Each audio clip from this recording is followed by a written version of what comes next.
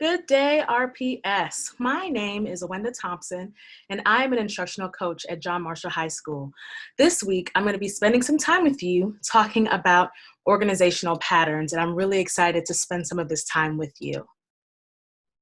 Now, as you see on the screen, today is Monday, and we're going to be talking about organizational patterns.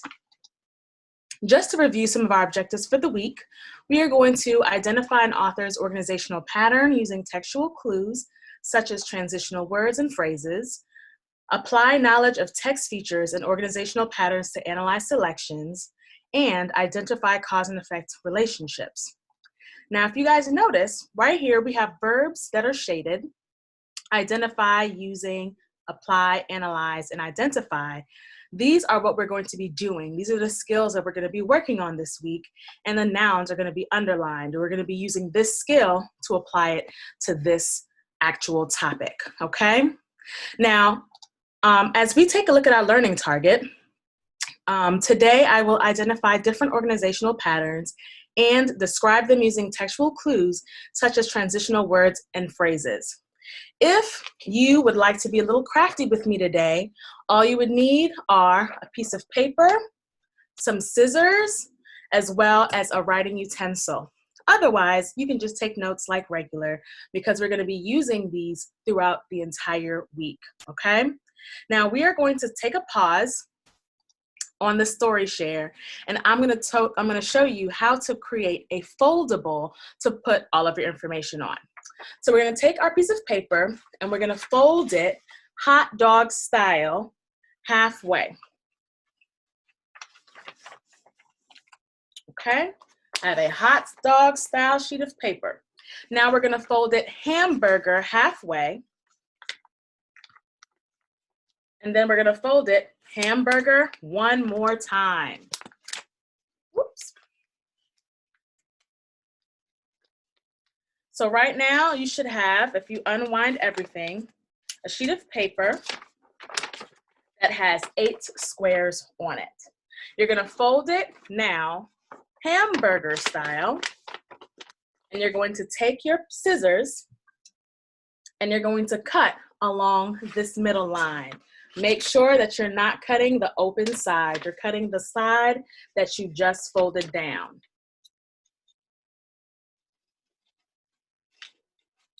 Okay, now I have a slit in the middle of my paper. The paper wants to move and do a few things, and what you're going to do, you're going to hold the flap, the 2 flaps that were there when you folded it hamburger style, and you're going to fold them inward so that you kind of have a half sheet of paper, okay? You're going to fold or just push this sheet of paper in, and you're going to fold it down and see that you now have a mini booklet. You have little sheets of paper and things like that, okay? Now, on the front of your booklet, you can go on ahead and write organizational patterns on there, because we're going to be using these notes for the rest of the week.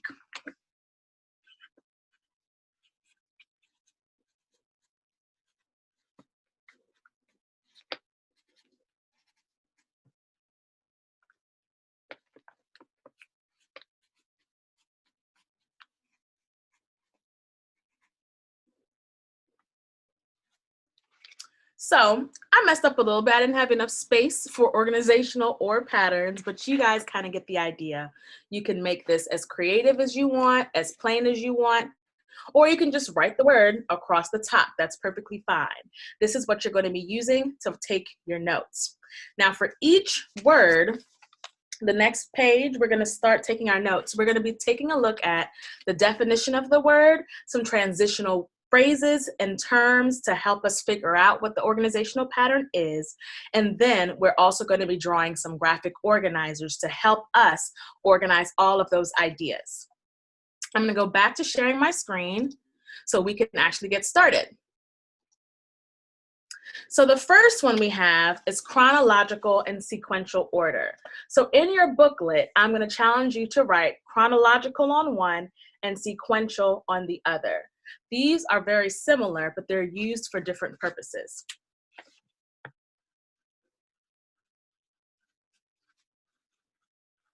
I'm going to be doing this with you, so I hope to see a finished product.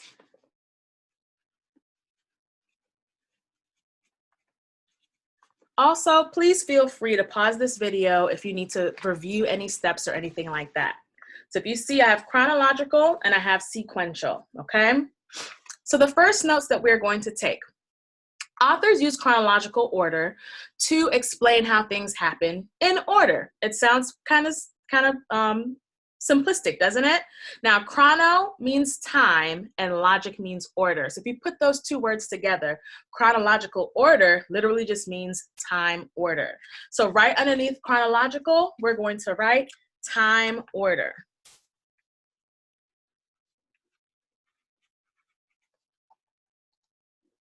Time is for chronological order and steps are sequential. So now where it says time order under chronological, we're going to put step order under sequential.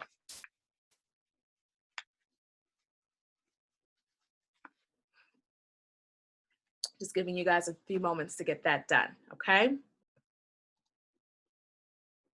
Now, as we go through, you guys will see that there are transitional words, and then this is the flow chart. This is the graphic organizer that we typically use with chronological order. Sequential order also can use the flow chart, and chronological can also use a timeline. Okay, so I challenge you to now write your transitional words underneath the definition and also draw your flow chart.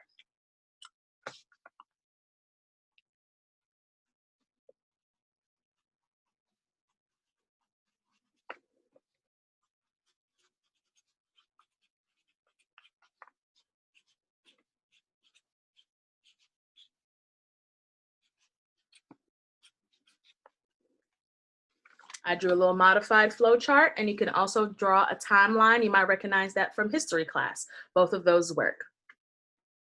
And you can also draw, write some of the same transitional words over on the sequential side and also draw a flow chart since they use the same orders of things. So now the next term that we're going to learn is compare and contrast. And you guessed it, I'm going to challenge you to write compare and contrast on your booklet or in your notes, okay? So you guys see already, we have the graphic organizer that we're going to use with compare and contrast. That is called a Venn diagram, okay? This compares and contrasts details.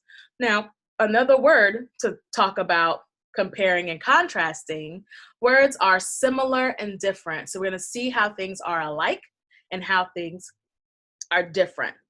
So the organizational pattern, this organizational pattern is used when an author wants to explain how things are similar and how they are different. So now we have some transitional words. We have quite a few. So I'm going to give you guys about 30 seconds to go on ahead and start writing some of these down. Don't forget that the graphic organizer that we used was a Venn diagram. Please excuse my circles, but it looks something like this, and it's a Venn diagram, okay? 30 seconds to get some of this written down.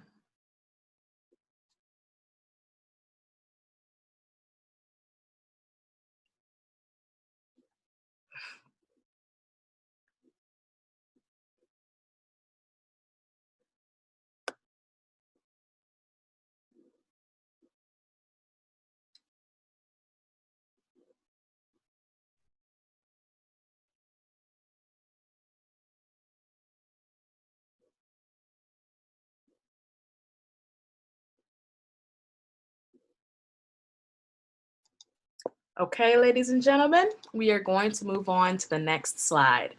And also don't forget that you can always pause the video and get these notes down if you need a little additional time. The next step that we have, the next term, vocabulary word that we're going to see is cause and effect. Okay, so cause and effect explains how one event leads to another, which leads to another. Authors may provide one cause and multiple effects, or multiple causes leading to one effect, and that can come in many different ways. So if I studied for my test and I spent many days taking notes and reviewing my notes, that can be my multiple causes, and the effect would be I passed my test. Now, alternately, I can have I didn't study for my test as my cause, and my effects were I got in trouble with my mom and I didn't pass my test. So this can happen either way. Don't forget, we're taking notes in our booklet.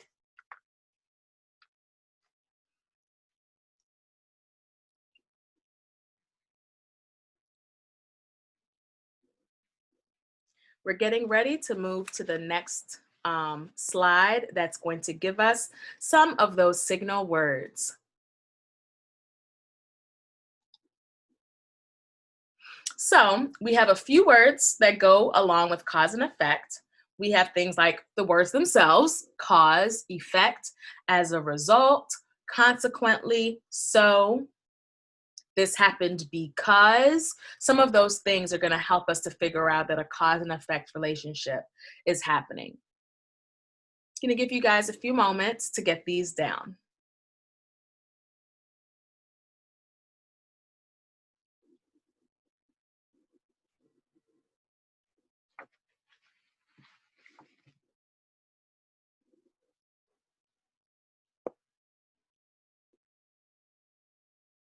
Okay, now the next one we're going to review just a moment. So which organizational pattern tells about how things are similar and different? I think you know. If you guessed compare and contrast, you would be correct. The next review question, which organizational pattern explains how things happen in time order? You can flip back in your notes. If you said chronological, because chrono means time and logic means order, you've got it right. Good job. The next term that we have here is problem and solution. This is used when authors want to explain a problem and then show one or more solutions. The graphic organizers for problem solution look very similar to cause and effect because the relationship kind of happens in that domino effect similarly. So if you'll see here, instead of cause in that first box, we have problem, and instead of effect in that second box, we have solution. I'm going to give you guys a little bit of time to write that down.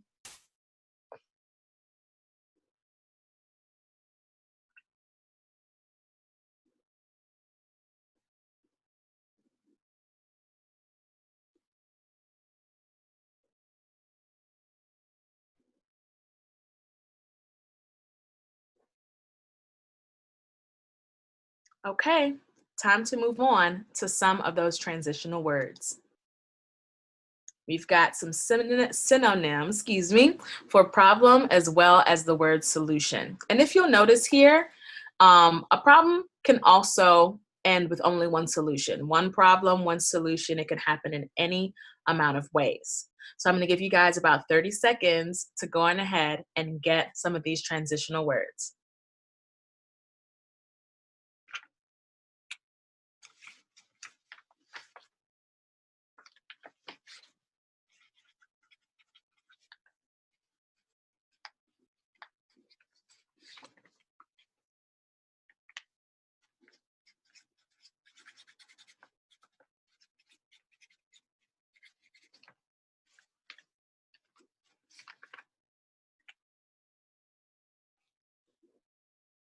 Okay, I think it's ready to switch to a new word.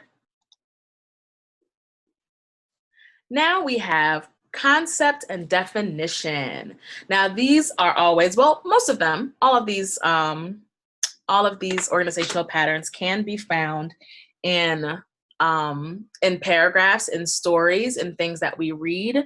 Text structure just really talks about organizational patterns. They really talk about how an author is organizing their writing so that readers can understand what's happening.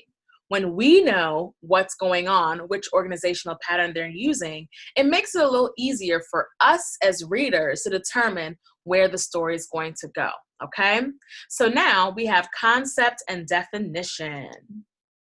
For concept and definition paragraphs, the author offers a concept statement and then supports that statement with several details or definitions. If you wanted to condense this a little bit for your booklet, please feel free. Okay, the big thing is that we have one main concept and we've got a few details that support it, or we have definitions that support it. If you're looking at this graphic organizer, you've got a little bit of a mind map. And as you see, we have three things at the bottom, kind of like a tripod, to support that concept.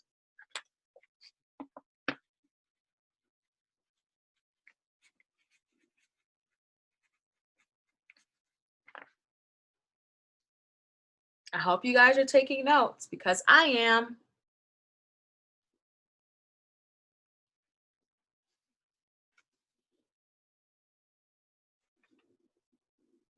Okay, I think it's time to move on to our transitional words and phrases. So we've got consists of, involves, is a term that is called, is characterized by. That's going to kind of help us as we move forward. And we are almost done. You guys have done a phenomenal job today. And if you guys are artists, Ms. Thompson is not an artist, but if you guys have some time and you guys want to share what your organizational booklets look like, I would love, love, love to see them. Okay, we're going to be using these for the rest of the week, so it's important that you hold on to this or whatever you took your notes on. It can be on lined paper, it can be on purple paper, blue paper, it doesn't matter to me, as long as you guys have the tools that are necessary to be successful. Oh, I'm sorry, I missed a few. I thought the slide looked a little blank. Oops, I'm gonna go back. We've got also one reason, another reason, for example, refers to, can be defined as, means. All of these are things that can be found with concept and definition for transitional words. This can happen in almost any paragraph, especially when you're trying to look for the main idea. You're going to be able to figure out what's going on, what are they actually talking about, and you're going to get a lot of information based on that, okay? Sorry about the ding. I guess that's telling me it's time to move on to some independent practice. So ladies and gentlemen, we're going to go on ahead and click the link to access the independent practice for today's lesson. All it's going to do is take the notes that you guys took in your organizational pattern booklet and help you apply it to some paragraphs that are in there, okay?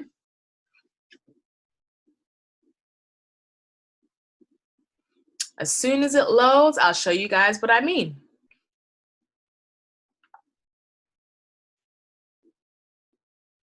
So as you see here, if you would like to print it out, that'd be great. But if you don't want to, or you don't have the means to, that's perfectly fine as well. What we're going to do is take a look at some of these passages. They talk about what's going on and which organizational pattern it goes with. Organizational patterns are also called text structures, okay? So the first one would be sequential order or chronological order. You've got to figure out what's going on here. Remember, chronological is for time and sequential is for steps or directions, okay? So you can determine which one it is, and then you're going to highlight the signal words found in this paragraph. We're just going to identify them. We took some notes on signal words. So in this very first one, if you see, First, next, later. Have you ever made macaroni and cheese? It's simple. First, I see that. There's a signal word. Then, might be a signal word. There are a few in here. So it's your turn to actually go through, highlight, or just simply write down the signal words that you found. The second one is a little tricky. You have to figure out which one of these is in chronological order. You'll notice some of the similar signal words, but that does not necessarily mean that it's in chronological order. Chronological order has to be in time order, okay? You're gonna go through and also work on your compare and contrast, cause and effect, problem and solution, as well as your concept definition. All right, ladies and gentlemen, just as a review for what we did today, we learned some definitions for some text structures, organizational patterns, chronological, sequential, compare and contrast, cause and effect, problem and solution, as well as main idea, concept definition. You guys, we learned 6 new organizational patterns, or this might be review. We're gonna go on ahead and say goodbye for today, and tomorrow we're gonna be doing some things with what we learned today. Have a good one, bye.